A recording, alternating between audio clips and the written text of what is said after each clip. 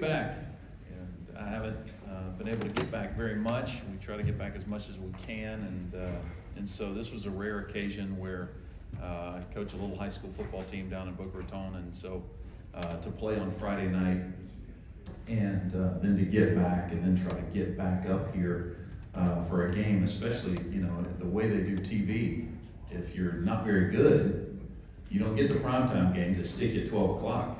So for the last few years, 12 o'clock games, I'm like, man, they're killing us. I can't get up there, you know. So maybe we get a few more primetime games. I can get done with coaching and get up here, but we love it. So what have I been doing since 2001? Is it just me, or has 20 years gone by really quickly, right? I think that's not quick. And so, well, we've been doing a lot of things. So I actually left the NFL to go into ministry work and came back to Tallahassee to work with student athletes, and began working with them in a ministry context, and actually started working with the offensive line a little bit, and I think Coach Bowden liked the idea so much that they gave me a little locker down there, and so I had some coaching jumpsuit and everything. And then when the athletic director said, "Look, he's like an extra coach, you can't do this," and they're like, "Well, we're not paying him, he just kind of shows up." And they were like, "Yeah, but still, he comes every day, you know." And so I found a little niche in ministry with these offensive linemen. My wife would bake, and then I'd just take it down the offensive lineman, and then I found that, man, I have them showing up at my Bible study, and so I was like, man, this is the way to do it. But it wasn't long after that I started to feel like, if we're gonna branch out, we had a couple of kids, we had another one on the way, and so felt like God was moving us. We moved to South Florida. I started doing ministry work and consulting work in South Florida. I also, at the time, was working with a lot of NFL linemen and doing skill work, training work out of South Florida, and so did that for a number of years, and developing my consulting, chops, if you will, and so was doing a lot of traveling, and then at that point, kids started getting older. My wife, I was on the road speaking somewhere. I think, if I remember correctly, it might have been even like Sacramento or something, and getting out of South Florida anywhere, it takes you a day to get there, a day to get back.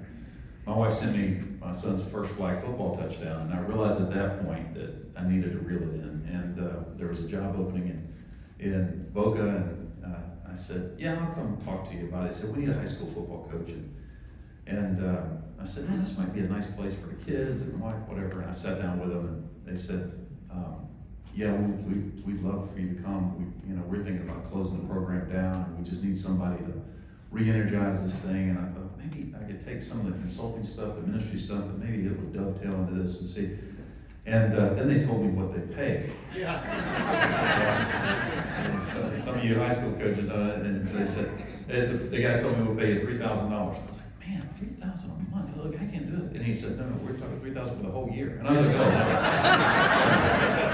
no, I'll help you find somebody. But you can't find anybody for $3,000 a year, So it wouldn't leave me alone, and then finally, long story short, my wife said, I went to her and I said, I think I might be supposed to take this job. And she was like, yeah, I've been waiting on you to figure that out. And I was like, you could have told me anytime, So we moved to Boca. We've been there 11 years, and so we've been coaching this little team, and so we have, I think, 22 players this year. And you think, can you play with 22 players? Yeah, all you need is 11. But you'd like to have a lot more than 22, I promise you. And that's all right. My first practice was 6. And I called the guy who hired me, and I said, you do know you can't play with 6, right? And so we're building a little program down there, and it's fun. And I get to coach my sons, and now my son that has graduated, he had a couple of tough injuries, and it didn't allow him to go on. And he's now my wide receiver coach. And then my other son, God bless him, is an incredible lineman and defensive end for us. And unfortunately, he's about 5'10", so I don't know that he's dead. You see these monsters out there at practice, right, you? And like, man, I wanted to take a picture with him and see him, like, buddy, I wish you could be up there. And so that's why, they look at their mom, and I'm married an All-American cheerleader from here. And so we got a little storybook thing, both All-Americans, one football player, one cheerleader. But she's one of those little 5'2" flyers. And they look at her and go, Mom, we could have really done something. You just killed us. Like, look, Dad helped us, but you just killed us. Like, 5'2", you just killed us. And so anyway, they blame her for that. And but yeah, we've been busy with kids, and so we got 3 teenagers in our house right now. So if you have extra time and prayer time, we'll take it. And right, but as I was coming tonight, I thought about what could I share that'd be meaningful. What could I share that you might enjoy, and I feel like I'm back with family. So I was born in Tallahassee, and I went for my first year of elementary school, went to Sable Palm Elementary, and so I can still drive by the house that we lived in. I walked from the house to school. I lived right around the corner. If you remember the Palmers, David and Dean Palmer, I had no idea that I would eventually be with the Cowboys, and Dean would be with the Texas Rangers, and we would be able to go back and forth. I'd go out there and watch them take batting practice before games, and just really neat how those relationships start to run together. But this feels like home to me anytime I'm back. And my parents were here for 14 years before my father moved us up to Tifton to start a diesel business. And so I love Tallahassee, and coming back, I just feel like I see family.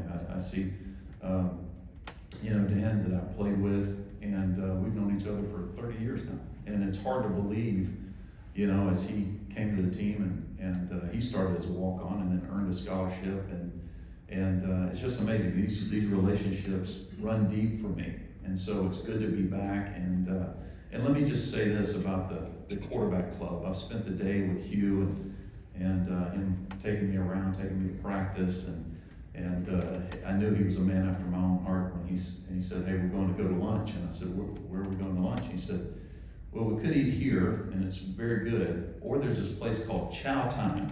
And I said, that sounds like my place. So, former linemen, we like those type of places. But I want to say this, I appreciate it, and I don't know that there's a better person to represent this club and this university than you. So, Hugh, thank you very much.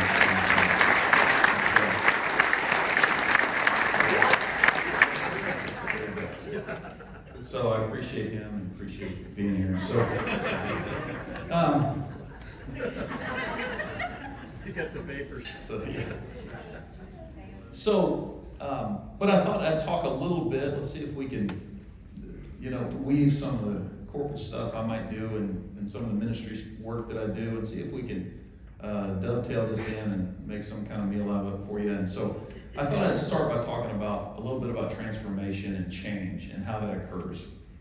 And so as I was getting in consulting, I began to follow a cognitive psychologist around, and I had the ministry component, but I knew I need some other components. And so you'll probably pick a little bit of that up as I'm speaking. But it's an interesting thing about change, right? A lot of people talk about cultural transformation, and you hear that's kind of a buzzword, but in reality, just because you're talking about it, you may say the right things, right? We may have heard similar things out of different coaches that have been here, that have been other places, but I can tell you after the game the other night, after being at practice, that I see a change.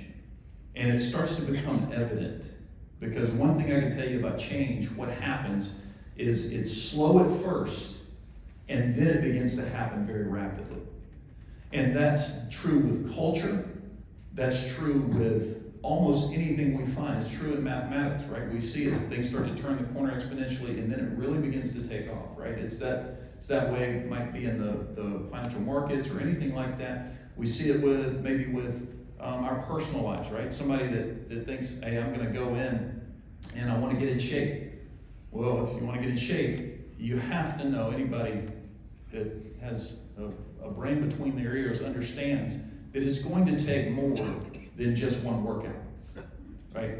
And it would be nice if if I could just work out one time, then good, I'm good for this year, right? I find that's the way I want to treat it more and more, right? You know, so I've done my workout for this year. And the danger is that when you work out, it seems like I take the freedom to eat more. I don't know how that works, right? I worked out today, so I'll have the ice cream. And so, but it takes more than that. And then it usually takes, what we're told, is about 4 to 6 weeks to start seeing a change in the mirror. Now, guess when most people will quit that New Year's resolution? Usually at about the 3-week mark. Right before change starts to happen, right before you can see change. But we have to understand that it slowly at first, and then it happens very quickly. And as I say that, we can say that with pretty much anything. If somebody wants life change, if you see spiritual change taking place, it can happen in an instant, a moment with God, it can happen. But then the transformation of a life usually unfolds over a length of time. And it's only when we look back, right, at our lives where we go, wow, man, I might not be where I want to be, but I'm not where I used to be. Right? And we start to see the progress in that way. And so, now, how does that dovetail into coaching? Well, here's what most people don't realize is with coaching, for most things, you really don't need a coach. So if you want to maybe, lose a few pounds and get in a little bit better shape, that doesn't take a coach. Now, you may go get a trainer who might encourage you because you're paying them money to work out or whatever, but you know what that takes, right? Don't eat so much and get some exercise. Right? If you're eating too much and you're not exercising, not eating so much and getting exercise do a world of difference, right? But if you want to be a lineman at Florida State, and you want to compete in the environment we just saw out there on Sunday night, that's why you need an Atkins. Right? Somebody that's going to teach you, to coach you, push you. You know, right, if you're not up to the standard, that there's going to be a coach right there in your ear. Right? If you want to be an Olympian, you need a coach. If you want to do anything, I think, of significance, you need some coaches. And so, with that being said, there's another component to it. And with change, we think, well, yeah, I want to change. I want to get a coach. But if you want radical change, it's going to take radical sacrifice. And that's always the case. And so, to the degree you want to see change, is what it's going to take from you as a person, or you as a group, or your company, whatever the case may be. And I think we're in the midst of that here at Florida State. That we're seeing it slowly at first, where it's almost like last year you look at it and just go, it's not even really perceivable of the change that's taking place. And then all of a sudden the year starts and you're like, wow, that was different. That was very different. 200 and how many ever yards rushing, like when have we seen that? The fact that they had 65 yards on 35 carries, right? Very, very different than the last time we played them. And we're in the midst of that. Now, us personally, right? How do we participate in that? And so, when I was done 5 years in the NFL, I came to a point, and somebody said, "Oh, you were done because you had injuries." Well, I had injuries all the time, And if you play football for any length of time, you're going to have injuries, right? You might get a concussion. I had some kind of sprained neck or something. I had shoulder issues, and I had played a game here, I think, with cracked ribs or whatever, and had some kind of hip issue, and I could just work all the way down the body, strains, sprains, whatever. There was always something. At some point, you never feel like, man, I'm completely healthy. I'm in perfect health to go into this game. And so, but I left because I wanted to do something more significant with my life.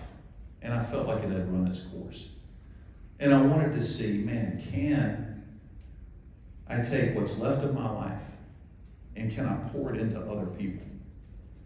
And as we were at Chow Time today, meeting with some other coaches, that along the way I came to realization, and this is what I told these other coaches, I said, you hear a lot of stories about people say, oh, I came from a bad family, or I had a bad family situation that I came out of, and I made it, and I'm familiar with a lot of those stories. But that was not my story. I just left my parents last night, who are 80 and have been married for 60 years now. I think 61 years is what they're going on. And so I have two of the best people on the planet that have poured their life into my life. And then on top of that, I have coaches that gave their life and put their career into a context that they said, I'm going to make my life about pouring in to young people. And I've got those fingerprints all over me. And that's why I do what I do. And my hope is that maybe I can't change all of culture, but if I can grab hold of a young man and we can change his culture, and if we do it early enough, then what will happen is it'll start to affect his marriage. It'll start to affect the way he parents. It'll affect everything about the rest of his life. And now, it's not just a repair job, it starts to shift the culture in his personal life in a way that not only impacts him, but sets him up to impact the rest of the world. And to me, that was worthwhile. And the best example I can give you was the opportunity of what culture is and what it's like, is the opportunity I got to fly the team plane coming back from Notre Dame. Right? What? Right? Now this is before 9/11. Okay? So I don't think this would ever happen now. But I come out of the bathroom and I look in and I remember like looking at these guys going, man, you guys don't do nothing. What do you guys get paid for? You're just sitting around, planes just cruising along. And they said, hey, man, we don't get paid to fly, we get paid to land. I was like, that makes sense to me. I'm good with that. And I said, so hey, like in a car, I just asked a question. I got curious, you know. The door was open, you know. Anybody remember those days where you look right at the cockpit? So I was like, is there like, you know, when you're driving around, like I'm in college, you know, when you're driving around, you just like lay back. Like, is there a lot of play on the wheel, or, you know, because it doesn't look like anybody's steering right now. And he's like, you want to fly? And then I thought they were messing with me, no. I mean, wait, you serious? I said, yeah. You want to drive for us? Yeah, absolutely, I want to do this. Yes, I can do it, right? I'm 20-something years old. I can do anything, right? And so he's like, okay. So they didn't let me get in there to hold the thing. He said, do you see that knob right there? He said, just crank it a little bit. And so I turned it, and you could feel kind of the plane adjust. You can go. And I said, can I like really? Yeah. And so I was like, and then the plane. Now, you have to remember who's on the plane with me, right? These are a bunch of guys like me. I'm from South Georgia, right? Born here, we grew up in South Georgia, but I had flown a bunch of places. So everybody in the back, right? If there's turbulence or we turn wrong or something like that, we gonna crash. That's what's in your head. You're like, how safe is this? And so as soon as I turn the wheel, and the whole plane, And so now the pilots start like, oh man. And so I said, hey, can I go? And they're like, yeah, go back the other way. So now they're getting excited about it. So I crank back the other way and went, and then, right? And so I'm telling the old coaches that story, and Billy Sexton goes, hey, I was on that plane. I was like, yeah. And I was like, I was flying it. It was me up there. And so here's what's crazy about that story, right? So I get done, I'm messing with the guy, and I go back, and I get to brag. I was flying the plane. Everybody's like, man, get out of here. But as I was leaving, I noticed they didn't touch anything. Right? What started to happen was the plane started to come back, right back on track, right back on course.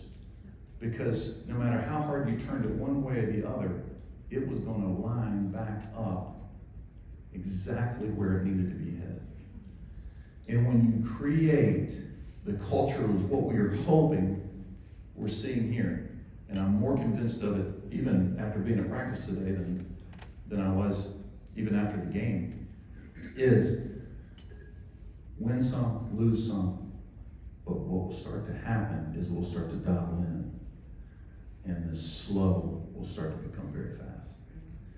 And it's the same thing at Florida State, it's the same thing in this culture, it's the same thing in the company, it's the same thing in your family, with your children, with your kids. I'm here today because every one of my assistants are former players. And there was such freedom today that I had to make a couple of phone calls, but it was not to my assistant coaches. Because they know what we're trying to put into these young men. They know what we're trying to do on the field. They know what we're trying to put into these young men. We want to establish that culture in these young men.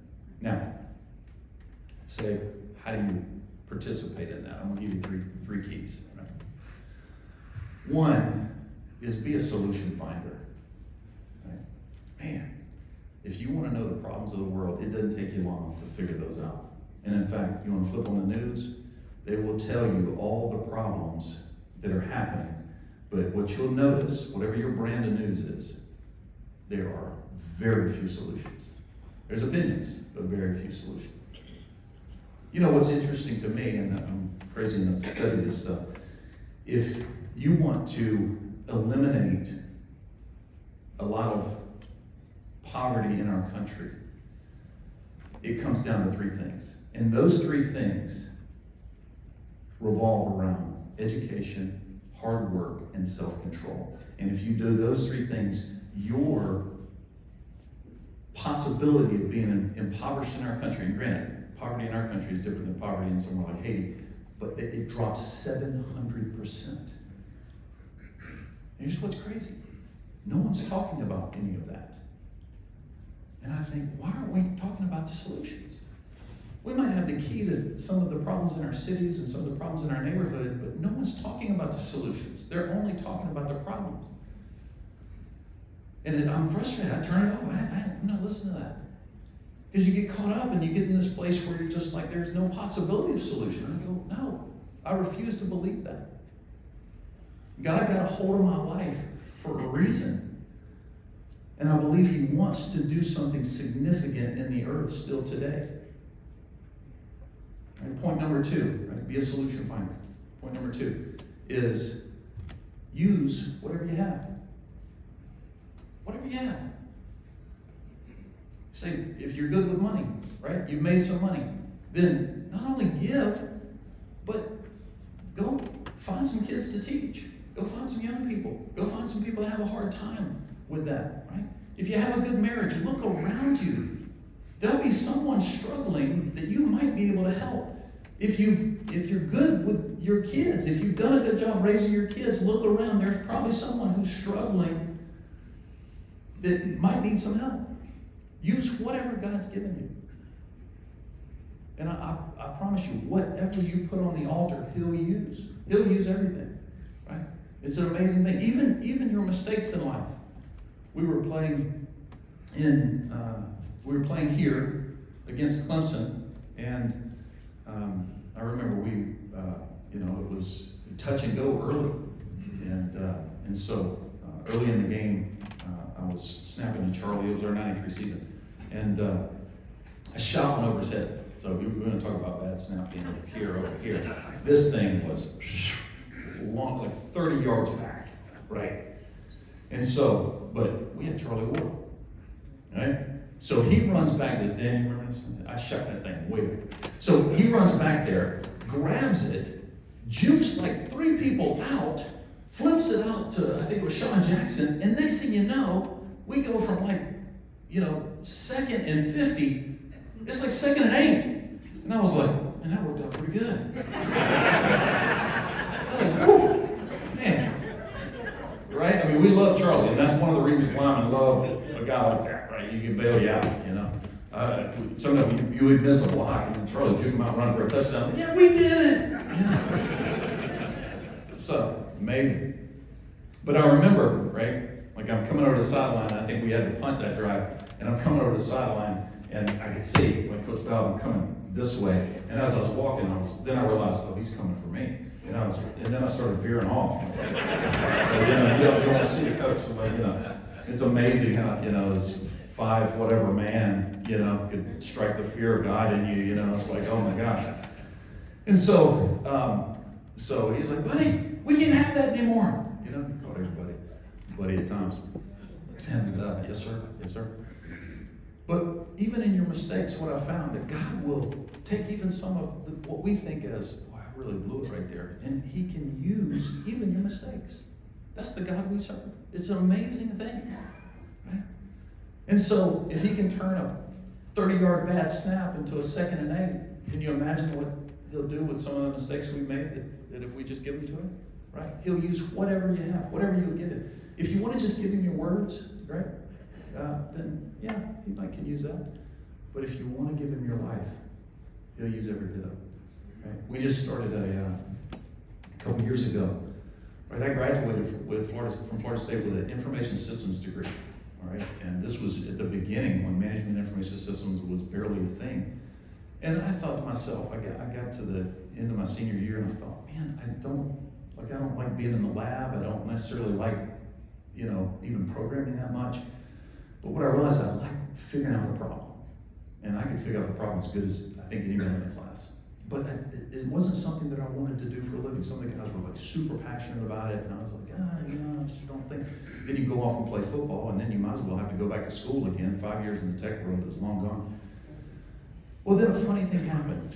In 2019, I'm working, I teach at the school I coach at. I'm working with some young entrepreneurs, and I found that this kid is very gifted, hardworking, very passionate, and so he's got a friend that's an engineer, or on the path to be an engineer. And he codes and does a lot of tech work and stuff.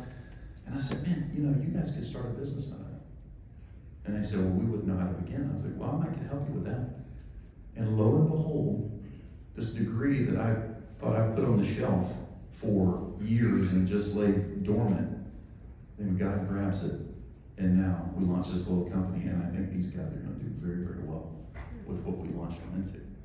And so he'll use whatever you give him.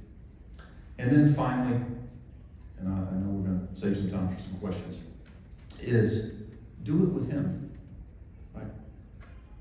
God sent his son, Jesus Christ. He laid down his life. And remember, right, we talk about this around Christmas, is it's Emmanuel. It's God with us. Right? Christ laid down his life so we could be with God. He bridged the gap so we could do it with him. That's how passionate God is about you. All your mistakes, all the garbage, right? He'll get it all cleaned up, right? He wants to do it with you.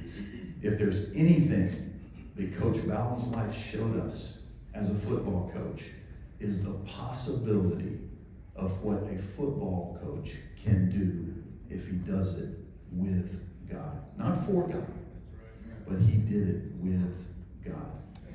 And it's an amazing thing, right? So,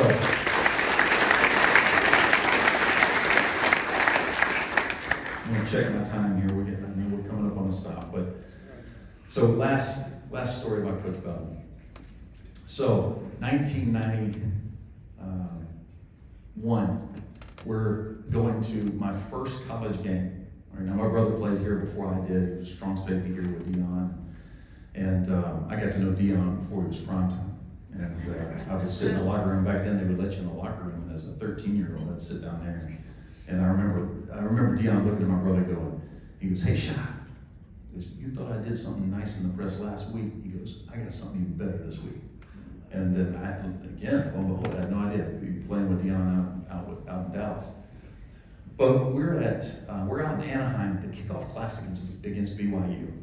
And so we're in the locker room before the game, and Burt Reynolds had been there, and I'm just starstruck. Like, man, this is crazy. Like, wow, this is amazing. And they were deciding whether or not they're going to redshirt me or whatever. So Coach Bowden says, "Hey, man, here's how we're going to start the game. We're going to run this toss sweep, and then we're going to second play we're going to run a bootleg off that, and then we're going to reverse it around here, and then we're going to do this thing. We're going to roll out, and that'll probably put us in the end zone."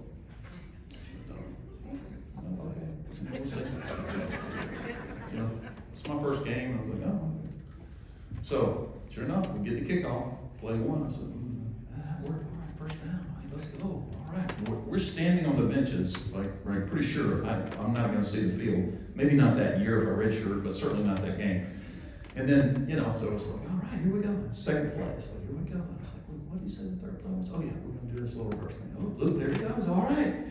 And then finally the fourth play, and touchdown. And all of us freshmen, I looked over at Juan Mariano and Juan Mariano, because still some of the guys are kind of like, is this where I'm supposed to be or whatever? And Juan looks at me and he goes, that's crazy. And I go, Coach Bellman's magic. And he goes, we definitely made the right decision. Right? Like, he had it down. I don't know how he knew, right? He knew. Those 4 plays, we were going to get in the end zone. So, anyway, I'll wrap up there. And so, any questions? You're good. Yeah. Yes, sir. So in '92, speaking of transformation, I don't want to make light of the serious transformation. Yeah. It seemed like Charlie was more comfortable in the shotgun. And it was that Georgia Tech game that I remember. You can tell me the history better. But that Georgia Tech game, we were losing. He's in the shotgun. Number one, were you snapping then? And number two, I was, yeah. What would was it really that quick of a transformation, or did we? That was it. That was the linchpin. And I think that's what the coaches needed to see, that it was that effective in that one quarter to bring us back. And then I think the thought pattern went like, okay, if we could put that many points on the board in the fourth quarter, then what if we did this all game? And so it was beyond a hurry up. At that time, it's funny, years ago here, like, oh, Gus Malzahn, he invented the hurry up or something like that. I'm like, what? And these sportscasters come up with all these crazy things about who invented what or whatever. But Buffalo had done the no huddle.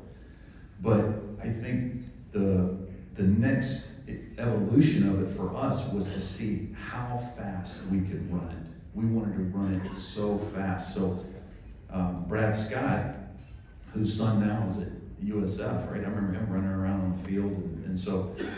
But Brad Scott would get me out of study hall or bring me up to the meetings, and he started teaching me pass coverages, like defensive coverages. So this is what coverage they're in, and I'm thinking, like, wow, but I'm not a receiver, I'm not a quarterback. Why am I learning this? But what he knew is if we can teach you this, then we're going to be able to go. So now you and Charlie can both agree this is what's happening. You can see things, we can go even faster. And I don't know if you remember, but we tried to go as fast as we possibly could. When they marked the ball, we wanted to snap it and go, right? And so it would gas people. When it works well, then you take a guy, it makes the offensive lineman's job a lot easier because guys just lay on you, and they're done. And but when it doesn't work well, it kind of works the other way because it puts your defense back on the field, so you have to execute. You've seen that. Yeah, you've seen it. Yeah, we've experienced that, right? So it puts more pressure on your defense. So Did you play that much? I was. So Robbie Baker was a senior in front of me, and I was a freshman, and so, they weren't as confident with Robbie. Robbie was amazing and learned a ton from Robbie. I don't think I would be where I am today without Robbie's influence and whatever, but they felt more comfortable with me in the shotgun. And so they said, all right, you're going in the fourth quarter, and it's yours. And so that was it. And it was crazy. We turned that, and then the games started in '93. Nobody knew what to do with it. People, I don't know if y'all remember, people were faking injuries to get rest, and They still do that. They still do that. Yeah, right. So, but yeah, it was crazy. We just kind of took it, started taking it in good, very good teams. It was embarrassing. That same Clemson game, I shot it over his head. I think we beat them 51-0, beat Georgia Tech 57-0, and these were good football teams, but it was just, So it was that night. It kind of shifted. So a lot of fun. Yes, ma'am. What was your first snap at Florida State? It was against Duke, and Robbie got hurt that week, so I was what Coach Atkins said about rotating guys, that's something unique that he's doing, which I think is brilliant, because back then we just had the number 1 unit, number 2 unit. And so I was the number 2 guy. I'm like, I'm not going in. And then I think it was Wednesday or Thursday that week, his knee got dislocated. Somebody fell on him in an odd way, and knee got dislocated. He was out, and so I had to start. And their nose guard might have been their best player. He like benched 500 pounds, and it was a miserable night for me. So I made all kind of mistakes, and it was bad. So that was my first game. It was a bad game. And, so yeah, we won the game, so thankfully for that. So, yes. How much that 91 game, how much of the injuries to the offensive linemen take out of that team do you think it cost you the national championship? I've heard people say. Yeah, the 91 game. The LSU game at Range, Yeah. how was that game? Yeah, I thought they were gonna have to end my red shirt because we had so many injuries. So he asked about the 91 LSU game. I think it cost us a potential national championship. We lost so many linemen and so many players in that game that they had to move so many guys around. And again, I thought I was gonna lose my red shirt because they were scrambling for linemen. And by the time we got to the Florida game, they were able to piece it back together. That was wide right. And then the Florida game, we had nothing left. I think we lost 14-9 or something like that, and fought our guts out. And I remember our OL coach said, "You see this?" And he looked at us. Right now, our 93 year we were 4 sophomores and a junior across the offensive line. And he looked at us and he goes, "Is this going to happen again?" We were like, "This will never happen again." We stuck our foot in the ground, or maybe our spear in the ground, or whatever, and decided we want to see something different. And it's funny because you go back, and I remember Derek Brooks and I being in the hotel room on our recruiting visit, and I remember him telling someone, I said, I'm coming here, this is in my blood. I'm coming to Florida State. I went on other visits to see but I'm coming to Florida State. And he said, look, he was looking at some of the other guys, and he said, "I think we all need to come here. Let's come here and let's do something special. Let's win a national championship here." And it was like, wow, this is right, So, and I think, not to put it on them, but I think we would have a shot to win another one in '95 had they not left early. He and Devin and Derek Alexander left early, and I understand, they were making business decisions, and they went on to become amazing players. And look what Derek has done for our university, and it's just an amazing man and ambassador. But that was the type of class that came from those games, but yeah, it could have been if you look back. Yes, sir. Two quick things. Who's the quarterback your brother was standing over in that poster that said "Lights Out"? Kyle Morris. Yeah. I try to shoot a tweet out about that one around the Gator game every year, and just say, remember this. So if you guys don't remember, there's a poster after we beat them. 52-17. 52-17. Thanks, Dan. And so my brother, there you go. My brother was standing up like this. He'd come in on a blitz, and I think, unfortunately for the Gator quarterback, I think it was broke his hand, dislocated his thumb, and maybe fractured something in his back or something like that. So, yeah. So but nowadays he wouldn't play the next week, right? So probably not. I don't know. So anyway, but we still have that poster. Yeah. So, yes, sir. Well, your thoughts on the coaching staff and Atkins? It looks good to me. Yeah. Want to know. Yeah. I think we're fortunate to have Coach Atkins that was standing before you. I think his demeanor and the offensive line especially, you have to have a buy-in and almost like a father figure. You get that feel from him, right? He's like a father figure, and then you have to have that with the offensive line because you're building a little family there. And so you've got 10 or 15 guys that are there, but you've got a unit within a unit. And so it's a very unique thing. A lot of people don't understand. Like, we're watching the guy, and I watch the games the same way. We're watching who catches the ball or who's running down the field. But there's a unit there that has to, you got to care about each other, right? And so I remember having discussions, you know, before the game that, hey, look, this is a big week, guys. You know, and so there was just something about our unit that Brad and Jimmy Higgins had built together, and I see that in him. And then you got a coach that is, you know, someone asked me about the, you know, 4th and 3, man, you know, from the 30, we shouldn't have gone for it. Look, you know, had it worked, everybody would feel differently, right? But we forget, like, when Coach Bowden, I was 13 years old in the stands, no, he was 15 in the stands, watching my brother's senior year when he ran the punt Ruski in a tie game from his own 20, I think, right? His own 20. No one does that. No one does that. And so we have a coach that is not here to save his job. Like, I'm not just here to keep the job and milk what I can out of Florida State and move on. And so he's like, look, we're here to win. And what that shows me is he says, man, we're here to win the game. We're not trying to not lose or make it look good against the number 9 team. We're here to win the game. And so if I feel like it's right to go for it, 4th and 3 from our own 30, we're going to go for it.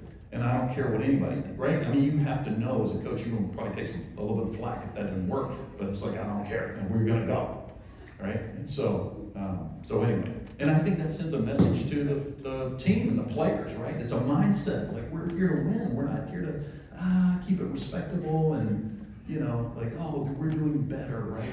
You know, I mean, if you're still losing, who cares about better, right? You know, so anyway, that's my feeling about that. I think we got the right guys and they have the right attitude. Practice, he said spirited.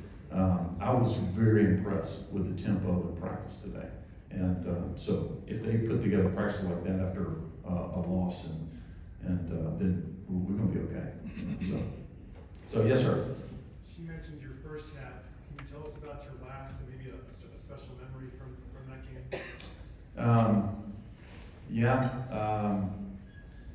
So my last was at Florida Field, and unfortunately, the last snap, you never know when this happens, but I'd played, I don't know, I'd started 46, 48, I think it was 46 games, right, which is very unusual for an offensive lineman, and so I had someone fell on my leg, you know, partially tore the MCL, grade 3, and then partially tore the ACL. And so that was in the 3rd quarter, and things, that was in the 2nd quarter of that game, and it kind of unraveled for us. Not to say that I would have affected the outcome of the game, but for me, that was it, you know. And I was disappointed because I couldn't make it back for the next game against Notre Dame in the Orange Bowl. And so I remember the frustration of being on the sideline and not being able to be out there with my guys. And that's what you miss. I think any player will tell you, you win, you lose, but you miss, like, there's nothing like it, you know, right? And it's just it's blood, sweat, tears, you fight. There's nothing like it. You go into the rest of the world, and so you miss that. If you could go back, even if you're losing, even if you're getting beat up, you would take it in a heartbeat because of the environment, because of your passion for the guys that you're playing with. So yeah, but that I thought that might cost me an NFL career. And then, you know, the one thing I could do, kind of as an aside, I was going to go up and do the bench press test. I was thinking maybe I could hit 40 on the 225. I was undersized, very undersized, but was very strong. And then as I was lifting at the combine, I tore my pec off the bone. And so then I thought, that's definitely it. Like, I'm probably not going anywhere. And so long story short, right? A couple years later, I'm starting, you know, in Dallas, and so it's amazing, you know, the journey that we're on. That we just keep fighting through it, whatever you're going through, right? I was telling one of the former players who's going through some struggles that I'd seen this weekend. I said, hey, you know, one of the best advice I heard was, God closes one door, He opens another, but it might be hell in the hallway.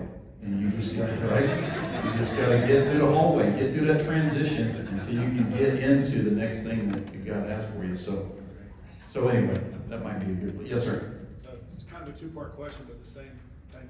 So you blocked for Emmitt Smith when you were with the Cowboys. Yeah. So during rivalry week, you have prime time. Yeah. Emmitt, you, Knowles Gators, what was the wager on who won and lost? And then blocking for Emmitt Smith, I know the running backs always treat the O lineman at the end of the year if they have a good. Yeah. What's the best if in the blocking? So, those are good questions. So yeah, rivalry week, Florida got the best of us. I think it was in '97, right? We won in '96, and then they got the best of us in '97, and in the Sugar Bowl. And is that right? Am I remembering correctly? 96. Okay. And so anyway, when they beat us, I had to dress in Gator. I hope that picture is not out there anymore, but I had to dress in Gator stuff and sit in his locker, and then he took a picture of me. I think he did the same with Deion. That was the wager, right? You know, so I was actually more like, I don't know if Deion ever took it. Like, I'll do it. He doesn't need to do it. You know, he's like an icon of Florida State or whatever. But yeah, the guys did a lot of things for us. And my rookie year, we had a pretty rough year. My second year. It was my first year starting. We went from being a Super Bowl contender to going 6-10, and they had a lot of injuries in the offensive line. And I was my first year starting. I played every play that year. And after the season was over, Troy Aikman gave us 2 tickets to anywhere we wanted to go. And I think he was saying, "Hey, thanks guys, y'all can." And I was like, "Hey, airline tickets," and I started thinking, what is he trying to say here? But yeah, they would give us golf clubs, and they gave us cufflinks. So they took care. Hearing the young man thank his offensive lineman, or a couple of young men thank their offensive lineman, right? That's the way to do it, because just like Coach said, man, we don't care like if you know our name or whatever, man. We want to see you running for touchdowns. If you can get the Heisman, if you can get the award, and that we feel like we're a part of that, you know. And so all linemen, and they usually have like this first young man that was coming up, right? Great hearts, and so I love linemen. Yeah. So yeah. So all right. All right. Yep. Thank you.